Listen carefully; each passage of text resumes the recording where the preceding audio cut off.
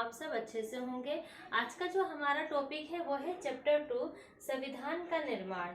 ठीक है, इसके अंतर्गत हम सबसे पहले बात कर लेते हैं हमारे शब्द संविधान की। जो हमारा शब्द संविधान है ये दो शब्दों से मिलकर बना है, सम प्लस विधान, जिसका तात्पर्य होता है सभी के लिए समान विधान। ठीक है, जो संविधान है ये एक ऐसा लेख पत्र या दस्तावेज होता है जो किसी भी सरकार की रूपरेखा और कार्यों का निर्धारण करता है। संविधान उन नियमों और सिद्धांतों का समूह होता है जिसके द्वारा किसी भी देश की शासन व्यवस्था चलती है। ठीक है, और ये किसी भी देश का सर्वोच्च कानून होता है। अब हम बात कर लेते हैं संविधान के निर्माण के अंतर्गत संविधान सभा की मांग की। संविधान के निर्माण के लिए अब हमें एक संविधान सभा चाहिए थी जो संविधान का निर्माण करे। ठीक है, तो अब हम देखेंगे कि संविधान सभा की जो मांग है वो कब से उठनी शुरू हुई थी और किस तरीके से संविधान सभा का गठन हुआ था।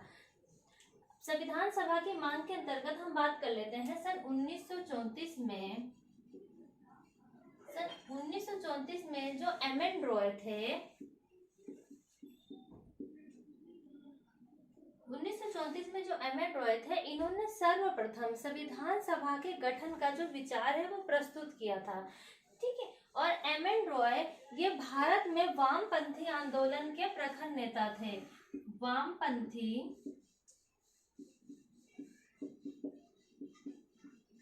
आंदोलन के प्रखर नेता थे और 1934 में सर्वप्रथम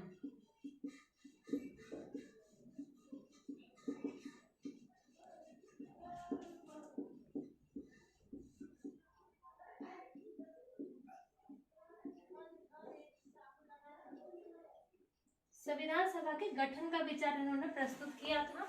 अब 1935 में जो भारतीय राष्ट्रीय कांग्रेस थी, इसने आधिकारिक रूप से संविधान सभा की जो मांग थी वो उठाई थी। भारतीय राष्ट्रीय कांग्रेस ने 1934 में आधिकारिक रूप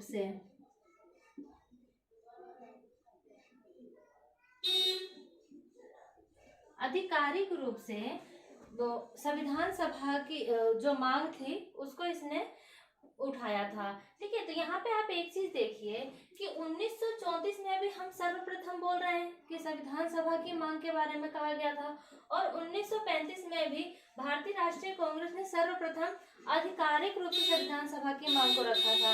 तो यहाँ पे फर्क ये है कि जो एम.एन. रॉय थे, इन्होंने संविधान सभा के गठन का जो विचार है वो प्रस्तुत किया था और 1935 में जो भारतीय राष्ट्रीय कांग्रेस है यानी कि एक दल से एक स्तर, राष्ट्रीय स्तर पर एक दल के रूप में आधिकारिक रूप से संविधान सभा की मांग को रखा गया था। अब क्या हो रहा था, 1938 में जो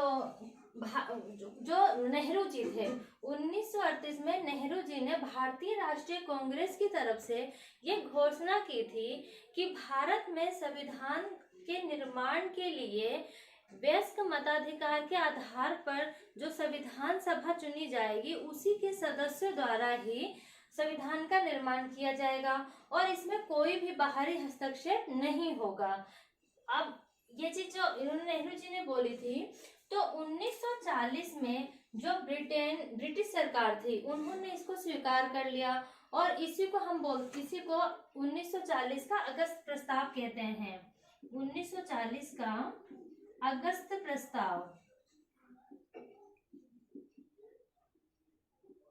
देखने से लग रहा है कि 1940 यानी कि द्वितीय विश्व युद्ध जो चल रहा था उसी के परिप्रेक्ष्य में ये समय बता रहा है।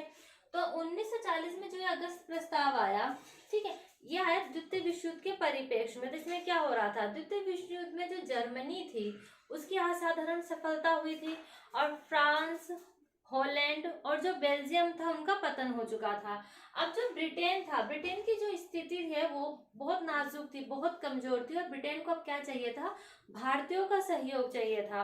तो इसी सहयोग के लिए ब्रिटेन ने एक समझौतावादी दृष्टिकोण की नीति अपनाई। ठीक है, और इसी के अंतर्गत ही इन्होंने क्या किया था, 8 अगस्त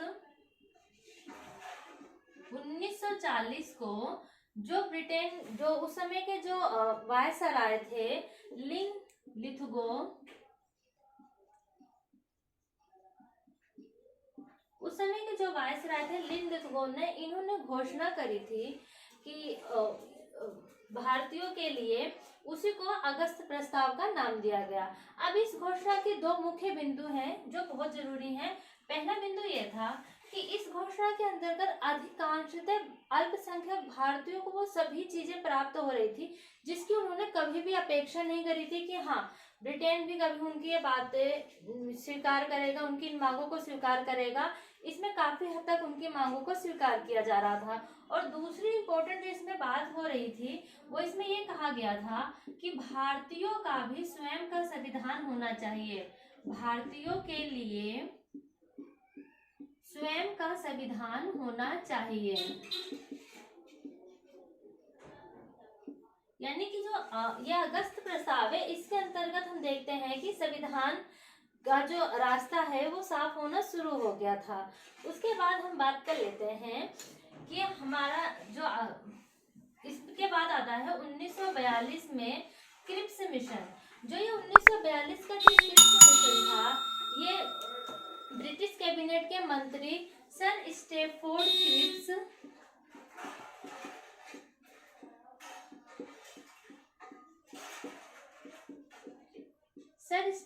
क्रिप्स और ब्रिटिश जो संसद थी उसके एक सदस्य जो थे वो ब्रिटेन की तरफ से भारत में संविधान निर्माण के लिए एक प्रारूप लेकर आए थे। और इस प्रारूप के अंतर्गत जब द्वितीय विश्व युद्ध समाप्त हो जाता तब भारत में संविधान सभा का गठन होना था। ठीक है, पर जो मुस्लिम लीग थी उसने क्या किया कि मुस्लिम लीग ने इसे अस्वीकार कर दिया। क्रिप्स मिशन को 1942 के क्रिप्स मिशन को मुस्लिम लीग ने अस्वीकार कर दिया, ये कहते हुए कि क्या कहते हैं जो भारत है उसके दो स्वायत्त हिस्से होने चाहिए और दोनों ही हिस्सों का अपना अलग अलग एक संविधान सभा होनी चाहिए जो स्वयं का संविधान निर्माण करे। ये कहते हुए उन्होंने क्रिप्स मिशन को अस्वीकार कर दिया था। उसके बाद फिर हम देख लेते हैं, फिर आता है 1946 में कैबिनेट मिशन।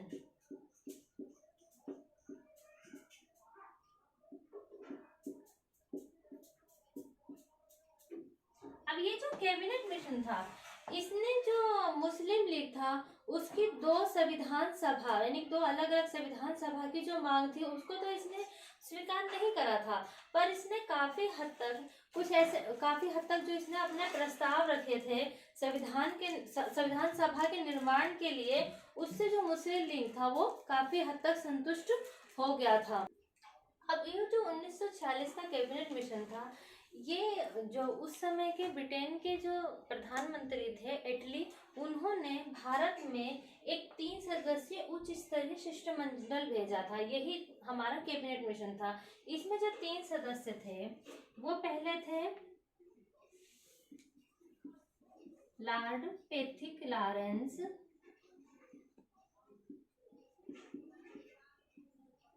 दूसरे थे sir Stafford Cripps,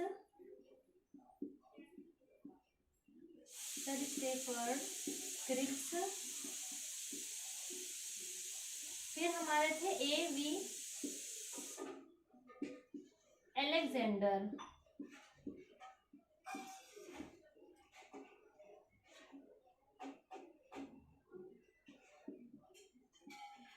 A.V. Alexander. ठीक है, ये 3 जो थे ये कैबिनेट मिशन के जो थे सदस्य थे। ठीक है, अब ये जो कैबिनेट मिशन था 24 मार्च 1946 को दिल्ली आया था और इसने 16 मई 1946 को जो भी इसके प्रस्ताव थे इसने उन्हें प्रस्तुत किया था और इन्हीं प्रस्ताव पे जुलाई और अगस्त में संविधान सभा के लिए चुनाव हुए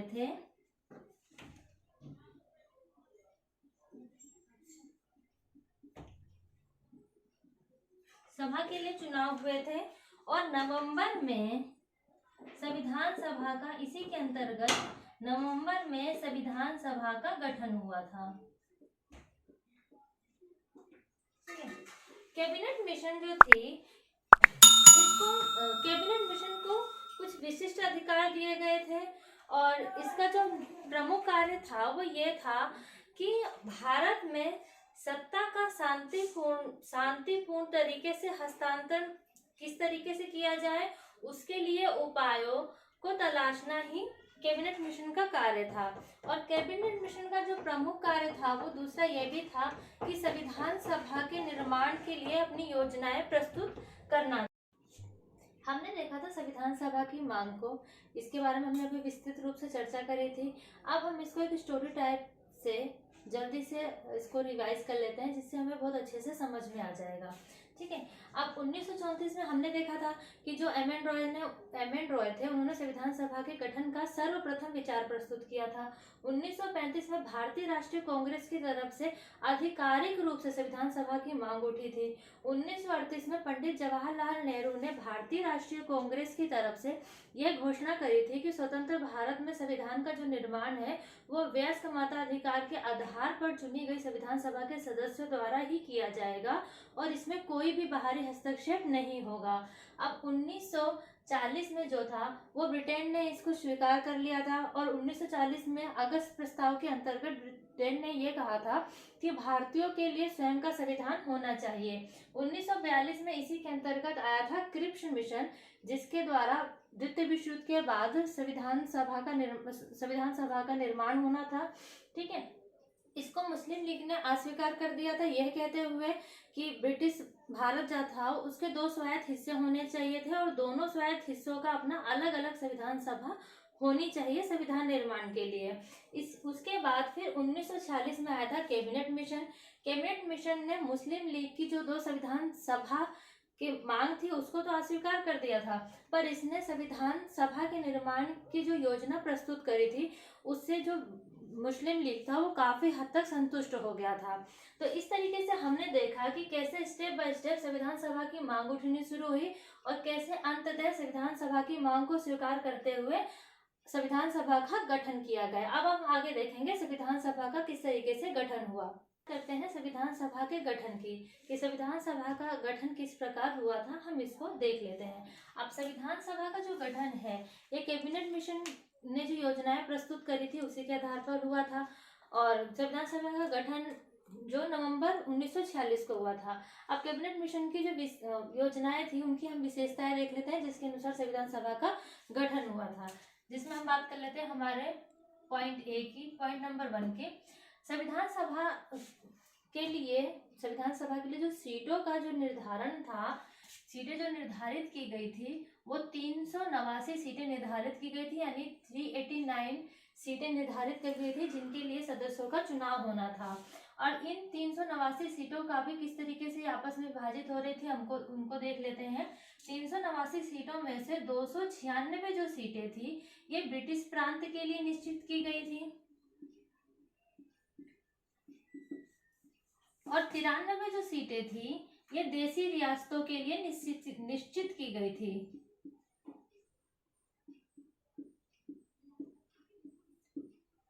उसके बाद 296 सीटें थी, ये किस तरीके से बट रही थी आपस में, इसको देख लेते हैं। 296 सीटों में से 292 जो सीटें थी वो 11 गवर्नरों के प्रांतों के इनमें सदस्य होने थे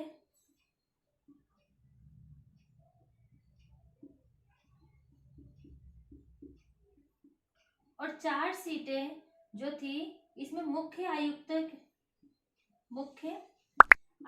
के जो प्रांत थे उनके बीच ये सीटें निर्धारित थी, आवंटित थी। जो 292 सीटें थी वो 11 गवर्नरों के जो प्रांत थे उन सदस्यों को दी गई थी और 4 सीटें जो थी वो मुख्य आयुक्तों के प्रांतों को दी गई थी। ठीक है। संविधान सभा के लिए जो सीटें आवंटित की गई थी उसको हम एक तालिका के माध्यम से समझ लेते हैं। ठीक है। ब्रिटिश भारतीय प्रांत जो 11 गवर्नरों के प्रांत थे उनके लिए 292 सीटें आवंटित की गई थी, जैसे हमने अभी पीछे समझा है।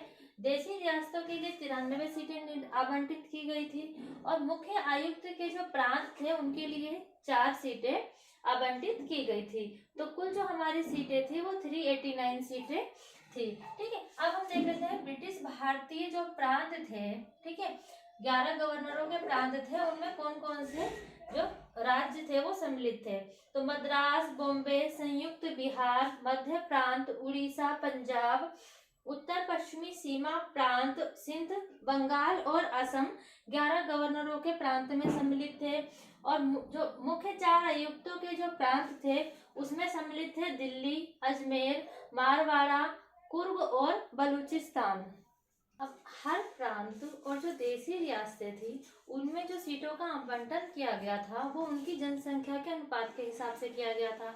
अगर हम मोटे तौर पे बात करें तो इसमें यह था कि जैसे 10 लाख जनसंख्या पे 1 सीटें आवंटित की जानी थी। अब इसी के अंतर्गत जो ये प्रांत था इसमें 3 समुदाय के बीच में उनकी जनसंख्या के आधार पर सीटों का आवंटन किया जाना था। ये जो 3 समुदाय थे ये थे मुस्लिम, सिख और सामान्य। मुस्लिम, सिख और सामान्य। और जो सामान्य समुदाय था इसमें मुस्लिम और सिख सम्मिलित नहीं थे और इनके अलावा इसमें हर समुदाय के सदस्य सम्मिलित थे, जैसे कि हिंदू, ईसाई, पारसी, हर समुदाय के सामान्य में सब सम्मिलित थे सदस्य। ठीक है, अब एक चीज और थी कि प्रत्येक समुदाय के लिए प्रांतीय असेंबली में उनके सदस्यों द्वारा ही चुनाव किया जाना था। ठीक है, यानी कि मुस्लिम समुदाय के लिए प्रांतीय असेंबली में मुस्लिम समुदाय के सदस्य ही इनके लिए मत देंगे। सिख समुदाय के लिए प्रांतीय असेंबली में सिख समुदाय के जो सदस्य थे वो इनके लिए मत करेंगे। और इसी तरीके से सामान्य पे भी यही चीज थी कि सामान्य के जो भी सदस्य थे वो सामान्य के लिए मत देंगे। अब ये जो मतदान है ये एकल संक्रमणीय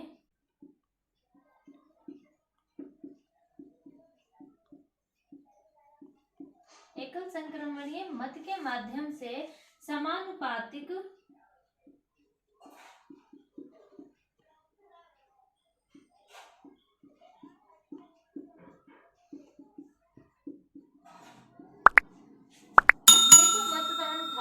संक्रमणीय मत के माध्यम से समानुपातिक प्रतिनिधित्व के तरीके से किया जाना था। इसमें जो देशी रियासतों के लिए जो 93 सीटें निर्धारित की गई थी उनमें देशी रियासतों के जो प्रतिनिधि थे उनका चयन देशी रियासतों के प्रमुख द्वारा किया जाना था। अब हम बात कर लेते हैं संविधान सभा के बारे में। ये जो संविधान सभा थी ये आंशिक रूप से नामांकित और आंशिक रूप से चुनी हुई संविधान सभा थी। और संविधान सभा का जो चुनाव है ये अप्रत्यक्ष रूप से प्रांतीय व्यवस्थापिका के सदस्यों द्वारा किया गया था और सीमित मताधिकार के आधार पर इसका चुनाव हुआ था। ठीक है, अब हम देखते हैं सीमित मताधिकार है।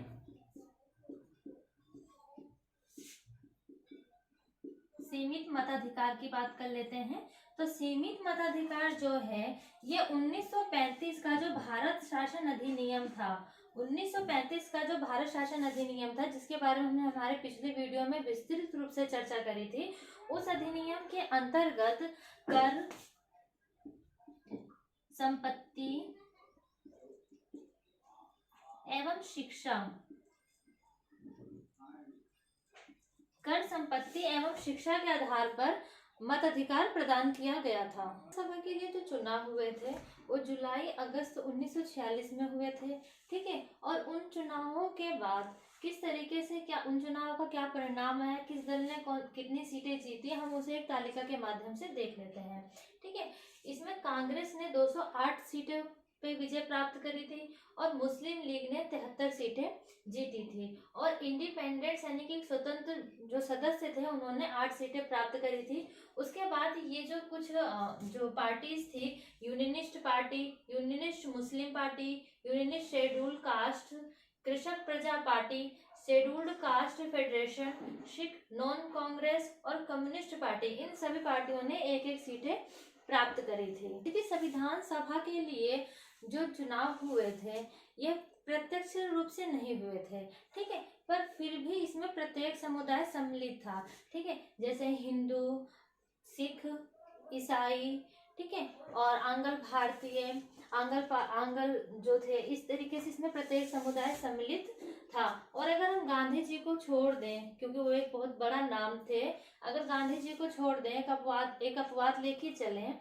तो इसमें उस समय की जितनी भी बड़ी हस्तियां थी, जैसे पंडित जवाहरलाल नेहरू, डॉक्टर अंबेडकर, ठीक है, इसमें सभी बड़ी हस्तियां सम्मिलित थी संविधान सभा में।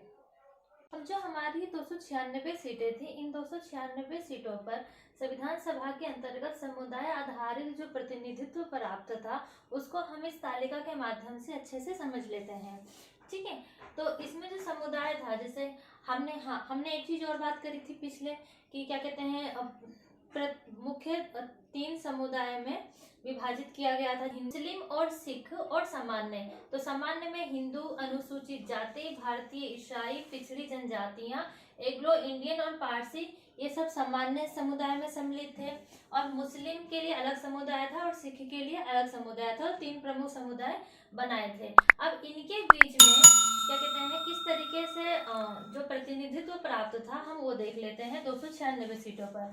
तो हिंदुओं को 93 प्रतिनिधित्व प्राप्त था, मुस्लिम को 80, अनुसूचित जाति को 31, भारतीय ईसाई को 6, पिछड़ी जनजातियां जो थी उन्हें 6, और सिख को 4, एग्लो इंडियन को 3 और पारसी को 3 प्रतिनिधित्व प्राप्त था। तो कुल हमारा जो था 296 सीटें आवंटित हुई थी। अगर आपको ये वीडियो पसंद आया हो, ये टॉपिक समझ में आया हो, तो इस जानकारी को ज़्यादा से ज़्यादा शेयर करें, और हमारी अगली वीडियो आपको इसी तरीके से प्राप्त होती रहे, उसके लिए हमारा ये जो चैनल है इसे सब्सक्राइब कर लें, और पसंद आया हो तो लाइक करना ना भूलें।